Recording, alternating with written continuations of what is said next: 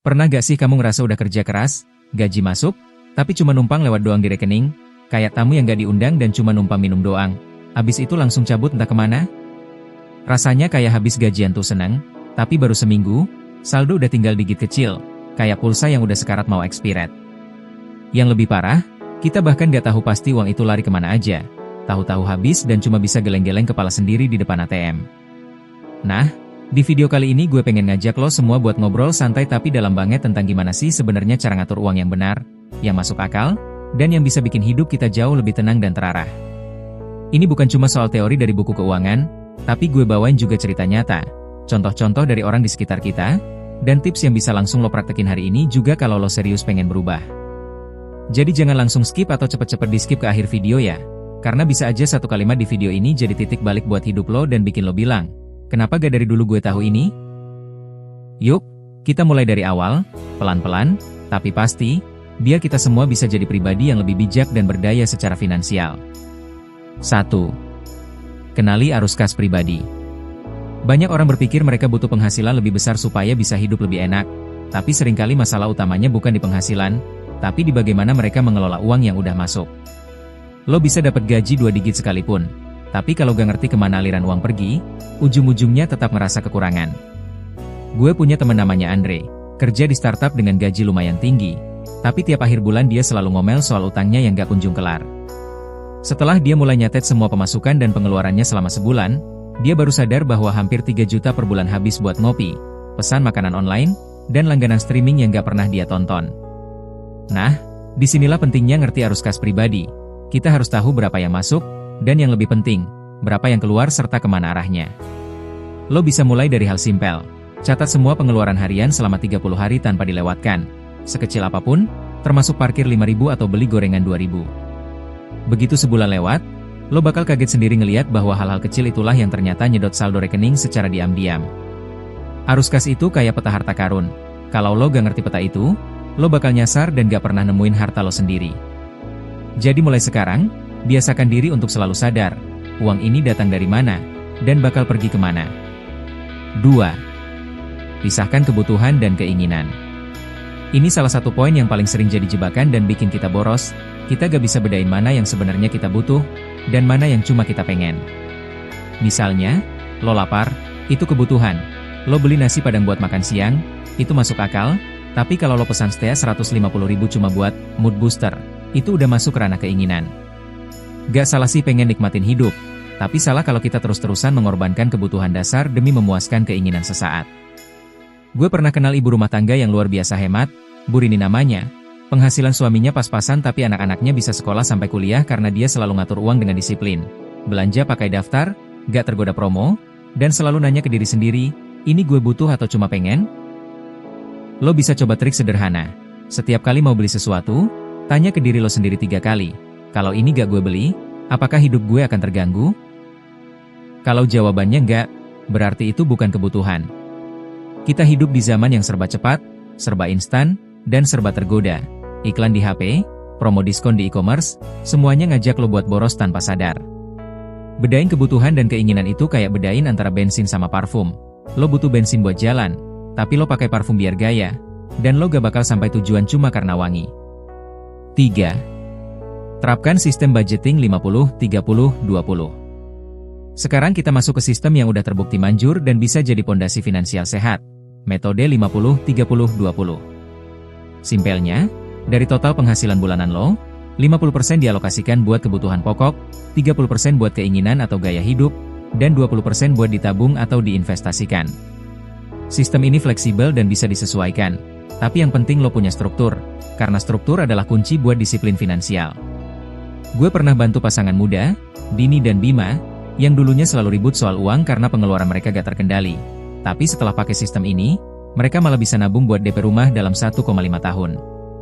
Dengan budgeting 50-30-20, lo jadi punya batasan yang jelas, lo bisa ngontrol gaya hidup lo, dan lo gak perlu merasa bersalah kalau sesekali jajan atau jalan-jalan karena memang udah ada porsinya.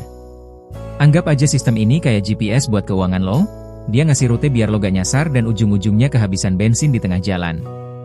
Kalau lo belum bisa langsung 20% buat ditabung, ya gak apa-apa, mulai aja dari 10 atau bahkan 5%, yang penting mulai. 4. Hindari utang konsumtif. Utang itu bisa jadi alat bantu kalau dipakai dengan bijak, tapi bisa jadi bumerang kalau lo pakai buat hal yang konsumtif. Konsumtif itu artinya lo ngutang buat beli barang yang nilainya turun dan gak menghasilkan apa-apa buat masa depan lo, kayak gadget terbaru atau liburan mewah. Gue kenal seseorang, namanya Rio, kerja di dunia kreatif, gaji cukup oke, tapi dia punya 6 kartu kredit dan semuanya penuh, karena dia suka beli barang-barang yang bikin dia terlihat sukses. Padahal kenyataannya dia stres sendiri bayar cicilannya tiap bulan. Kalau lo sampai harus gali lubang tutup lubang buat bayar utang, itu tandanya ada yang sangat salah dari cara lo mengelola uang.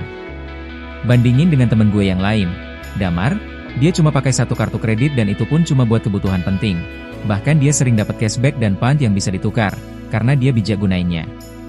Utang itu kayak pisau, di tangan koki dia bisa jadi alat masak yang berguna, tapi di tangan yang salah, bisa jadi bahaya.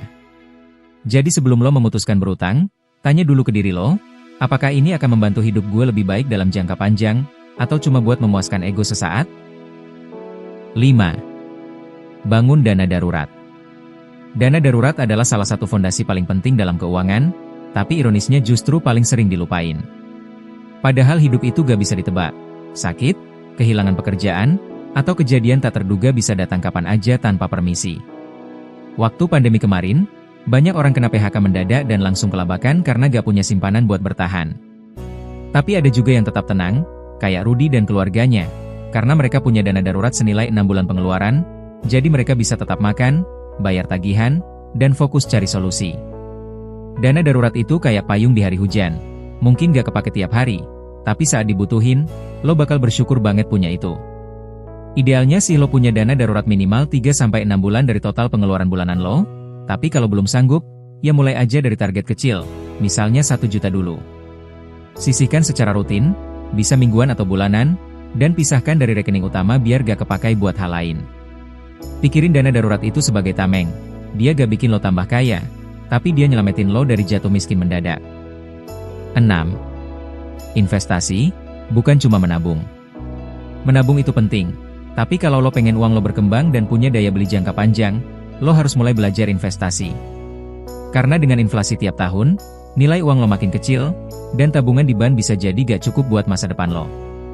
Gue kenal Pak Yanto, supir taksi online yang tiap hari nyisihin 20.000 dan naruhnya di reksadana. Sekarang dia udah bisa biayain anaknya kuliah tanpa pinjam sana-sini. Investasi itu bukan soal besar kecilnya dana, tapi soal komitmen dan konsistensi. Kayak lo nanam pohon, hari ini lo siram, panennya bisa nanti. Mulailah dari investasi yang lo pahami, jangan asal ikut-ikutan teman atau tren. Pelajari dulu produknya, emas, reksadana, saham, atau bahkan properti kecil-kecilan, yang penting paham risikonya. Ingat, uang harus kerja buat lo, bukan lo terus-terusan kerja buat ngejar uang. 7. Edukasi diri soal keuangan. Yang terakhir dan paling penting, lo harus terus edukasi diri lo sendiri soal keuangan, karena ilmu ini gak pernah ada habisnya dan selalu berkembang.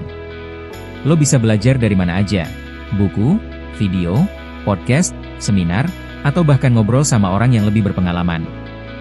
Gue kenal Mbak Nia, kasir minimarket yang tiap hari dengerin podcast keuangan sambil kerja. Sekarang dia udah mulai dagang online dan punya tabungan yang rapi.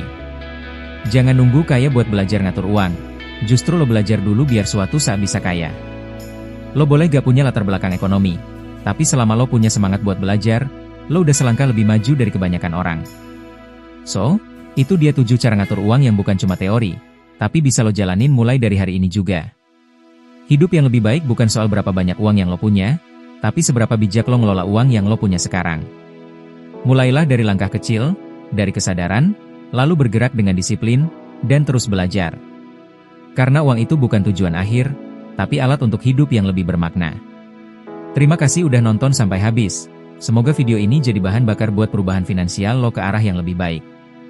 Jangan lupa like, komen, share, dan subscribe biar lo gak ketinggalan video-video lainnya seputar motivasi hidup dan pengembangan diri. Sampai ketemu di video selanjutnya. Tetap semangat, tetap belajar, dan salam cerdas finansial. Kalau lo ngerasa video ini bermanfaat, gue yakin lo juga bakal suka video-video gue yang lain. Gue udah bahas banyak hal soal motivasi hidup, cara ngatur waktu, dan gimana caranya jadi versi terbaik dari diri sendiri. Jadi, abis ini langsung cek playlist gue ya, karena bisa aja video berikutnya yang lo tonton jadi jawaban dari masalah lo sekarang. Hidup ini gak selalu mudah, Tapi bukan berarti gak bisa lo kendalikan. Dan video-video gue hadir buat jadi temen lo di perjalanan itu. Ingat, perubahan itu gak datang dari satu langkah besar, tapi dari banyak langkah kecil yang konsisten.